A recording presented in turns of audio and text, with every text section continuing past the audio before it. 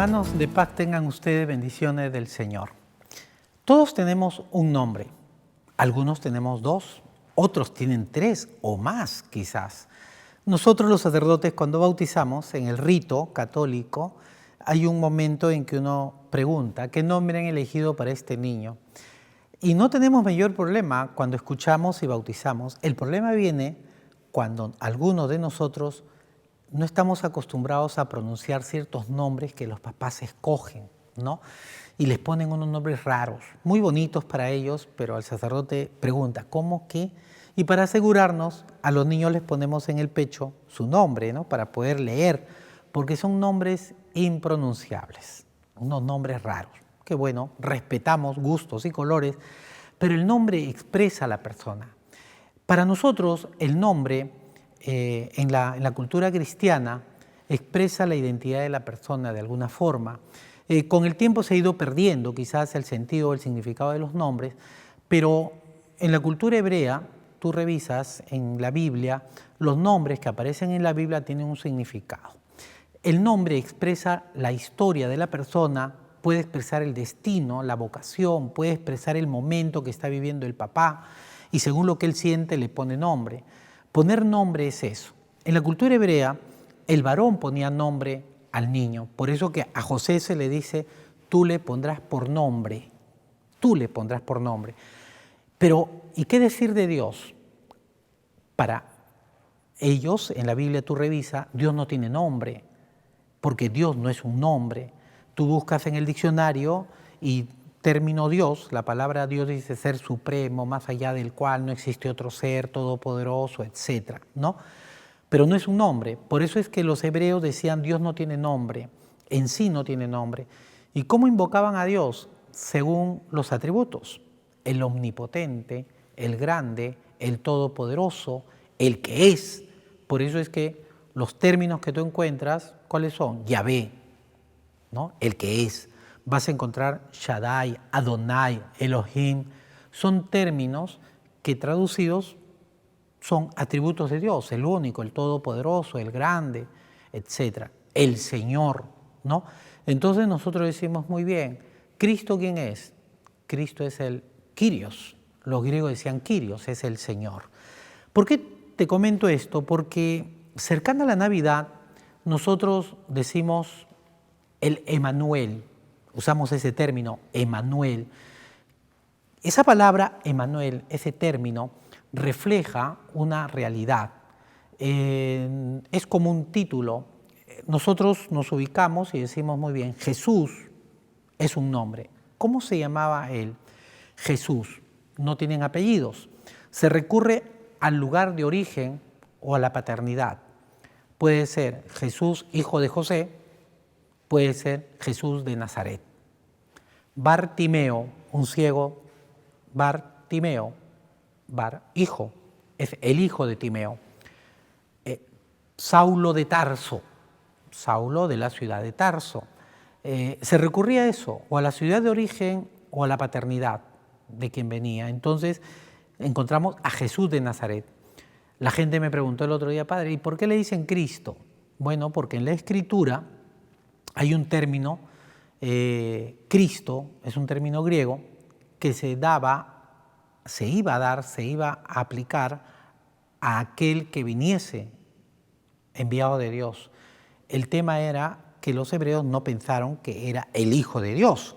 El Cristo quiere decir o se traduce como el ungido. Cristo es término griego, Mesías en hebreo, es lo mismo, Cristo y Mesías.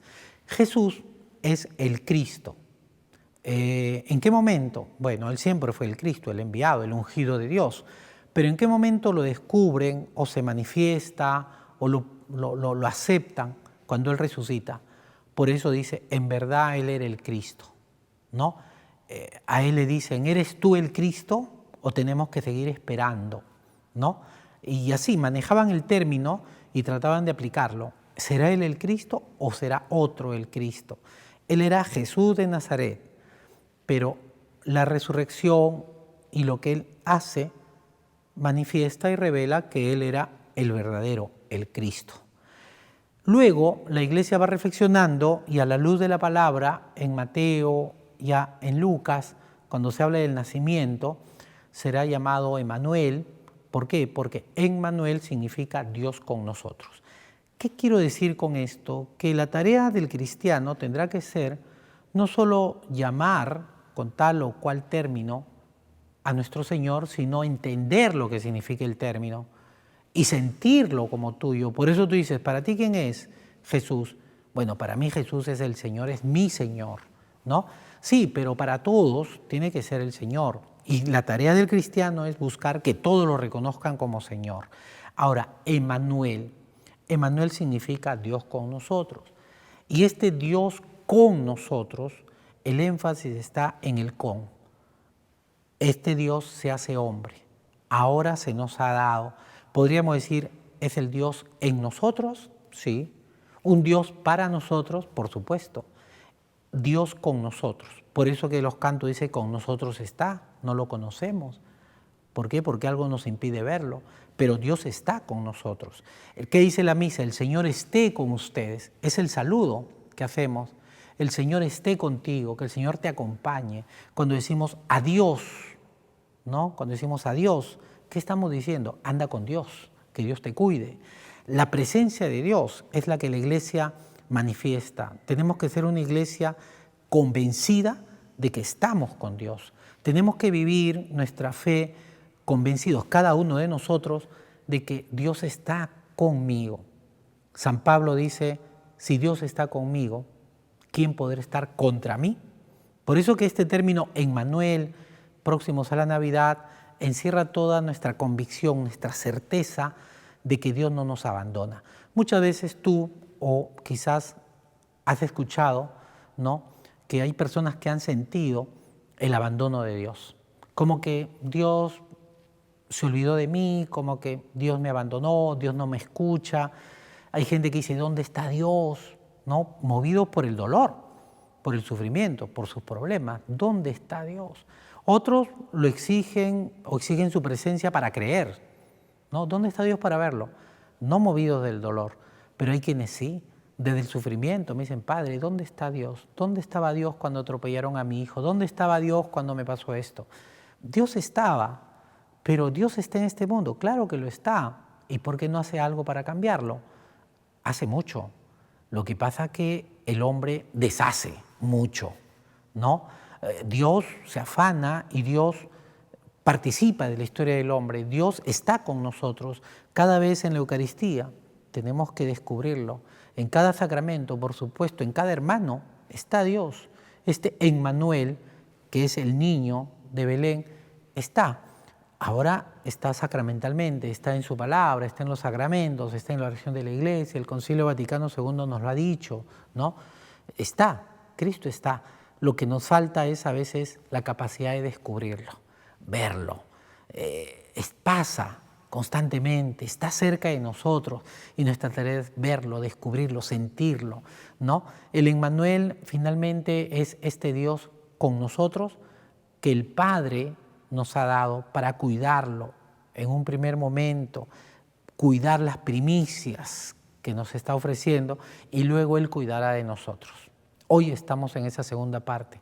Él cuida de nosotros, nos anima en los momentos tristes que no te faltan, Él nos entiende en las alegrías a veces desordenadas que pasamos, las locuras que podemos hacer. Él te dice, oye, por aquí no, por aquí sí. Tú tienes que hacer ese esfuerzo por llevar a Cristo a los demás. Llévalo sobre todo a aquellas personas que no sienten la alegría de la fe, porque se trata de eso, se trata de sentirte contento por la fe que tienes, se trata de sentirte alegre por lo que Dios ha hecho por ti. Ha hecho tanto que uno dice, Señor, ¿y qué puedo hacer yo por ti? ¿No? Uno diría, yo que soy tan poca cosa, ¿qué puedo hacer por Dios que ha dado tanto por mí? Pues dale tu amor, dale lo que tú eres, pero ¿cómo hago si Él está en el cielo? No, es que la Biblia dice que no está en el cielo como para que tú lo mires y contemples. Dios se ha hecho hombre, está aquí, está cerca de ti e incluso tienes que aprender a descubrirlo en los demás. Hoy quiero recordarte ese Emmanuel, ese Dios con nosotros que desde hace 2000 años ya se ha quedado. está aquí. La Navidad y los misterios de fin de año para nosotros nos revelan ese esfuerzo del hombre por sentir a Dios y toda la gracia de Dios por estar cerca del hombre. Que Dios nos bendiga y que este Emmanuel, en quien creemos, este Dios con nosotros, Jesucristo, este niño de Belén, realmente esté contigo. Que cada misa, que cada ocasión donde tú escuches a un sacerdote decir, el Señor esté con ustedes, te está diciendo, Emmanuel, Dios esté contigo, Dios con nosotros. Que Dios nos bendiga y desde aquí, de verdad te digo, que Dios esté contigo.